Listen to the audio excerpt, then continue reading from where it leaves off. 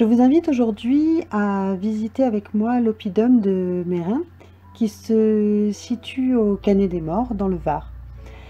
Donc pour pouvoir faire cette visite, il faut vous rendre au parking du Vieux Canet, que l'on appelle aussi le parking de la Croix des Missions.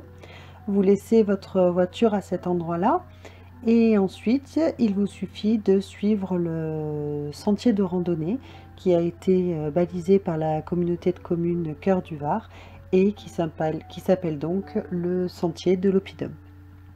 Donc vous poursuivez ce sentier qui vous conduira au sommet de la colline de Mérin. C'est un sentier assez facile qui est une boucle d'une distance de 5,3 km et avec un dénivelé assez doux puisqu'il n'y a que 170 mètres de dénivelé. Donc cette balade peut se faire très facilement avec des enfants, que ce soit à pied ou à vélo. Avant de vous parler plus précisément de ce site archéologique, peut-être qu'il est utile de définir ce qu'est la protohistoire et ce qu'est un oppidum. Donc au niveau de la protohistoire, malheureusement elle est absente de la plupart des manuels scolaires et elle est ignorée du grand public. C'est pourtant une des périodes les mieux représentées dans notre département du Var, avec pas moins de 1200 sites, dont 260 habitats groupés et fortifiés de hauteur et 682 sites ouverts ruraux. Cette étude exhaustive a été réalisée par Jacques Bérateau, Marc Boréani, Jean-Marie Michel et toute l'équipe du Centre archéologique du Var il y a déjà plusieurs années. La protohistoire peut être définie comme la période charnière entre la préhistoire et l'histoire, où certaines populations utilisent l'écriture et d'autres non. Avant l'essor de l'archéologie, nos connaissances pour ces périodes se résumaient souvent à la vision des peuples conquérants sur les peuples vaincus. Dans notre région, la protohistoire s'étend de -800 à -30 avant notre ère et concerne donc la fin de l'âge du bronze et tout l'âge du fer. Demandons-nous maintenant ce qu'est un oppidum. Durant l'âge du fer, la population se structure et se hiérarchise en créant notamment des habitats groupés et fortifiés de hauteur, appelés oppidum au singulier et oppida au pluriel. Si ce terme a une consonance latine, c'est qu'il est utilisé pour la première fois par Jules César dans la guerre des Gaules. Il y définit un oppidum tel un village gaulois fortifié, bâti sur les hauteurs, et qui utilise au mieux le relief comme système défensif. Il s'agit à la fois d'un lieu économique, social et religieux, dans lequel une nouvelle élite tribale émerge. L'enceinte est toujours implantée en hauteur. C'est cette localisation qui fait sa force. Cependant, la proximité et la possibilité d'accès à une réserve agricole et pastorale est primordiale. À présent, on peut se demander qui étaient donc les Gaulois du Var à cette époque-là.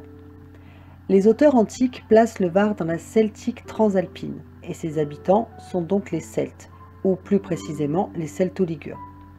Strabon nous indique que les Saliens occupent la région entre Marseille et Antibes, quand Polybe range les Oxybiens et les Décéates dans les Lygiens, et que Pline nous indique que les Camatulici se trouvent vers Toulon, les Suelteri dans les Morts et les Verrucini vers Draguignan. En fait, l'appellation que se donnaient les populations autochtones de l'âge du fer dans le Var reste du domaine de l'hypothèse. En ce qui concerne plus précisément le Canet des Morts, une autre question se pose quant à l'étymologie de son appellation antique. Forum Voconii. Serait-il issu de la tribu alpine des Vocons, Voconci, qui aurait utilisé la plaine comme comptoir commercial, ou formé comme Fréjus, Forum Julii, sur un anthroponyme comme celui de Voconius.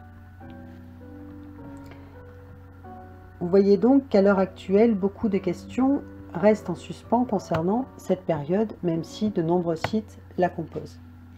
En ce qui concerne l'oppidum de Mérin, c'est un site archéologique qui date donc de la fin de l'âge du fer, fin du IIe siècle et début du 1er siècle avant notre ère. Il a été construit et occupé par des Celto-Ligures. Il est situé à 380 mètres d'altitude et constitué de deux ensembles espacés de 700 mètres, actuellement de part et d'autre d'un pylône électrique haute tension. L'enceinte quadrangulaire, dite de Mérin Nord, est la plus imposante et la mieux conservée des deux. Elle mesure 240 mètres de long par 40 mètres de large. Elle est protégée à 190 mètres au sud par un avant-mur précédé d'un fossé sec. La surface disponible, assez plane, à l'intérieur de cette enceinte, couvre environ 1 hectare. Le rempart peut mesurer 3 mètres de large selon les endroits. Sa construction est dite à double parement. Aucune cabane n'est actuellement visible, mais le sol est couvert de nombreux clapiers d'épierrement. Mérin Sud, qui mesure environ 5000 m², est très difficile à observer pour le visiteur à pied car la végétation est abondante et les vestiges plutôt ténus. Il est cependant possible d'identifier quelques portions de murs lorsque l'on emprunte le sentier qui passe par la tour de Gué.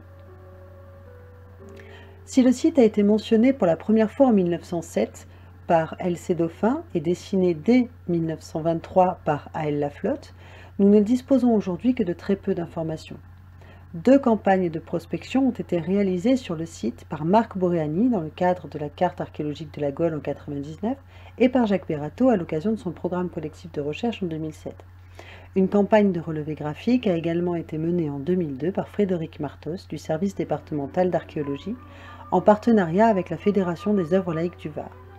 Mis à part ces 3 études succinctes, aucun travail de recherche approfondi de type fouille programmée n'a jamais été conduit. De plus, le site a été réaménagé à l'époque moderne. Nous en voulons pour preuve le chemin d'accès traversant le rempart à l'ouest et les traces encore visibles de charbonnières et d'un possible four à chaud. Si quelques vestiges ont tout de même été prélevés, amphores, dolium ou meules, le matériel archéologique de surface est rare. Vous pouvez donc facilement accéder à l'oppidum à pied ou en vélo. Et je vous conseille de télécharger le topo guide qui a été mis en place par la communauté de communes Cœur du Var afin de vous y rendre plus facilement. Si vous souhaitez plus de renseignements sur ce site archéologique ou sur d'autres, je vous invite à consulter mon site internet Mediarchéo Wixsite ou alors sur la page Facebook de Mediarchéo. Je vous remercie et à bientôt.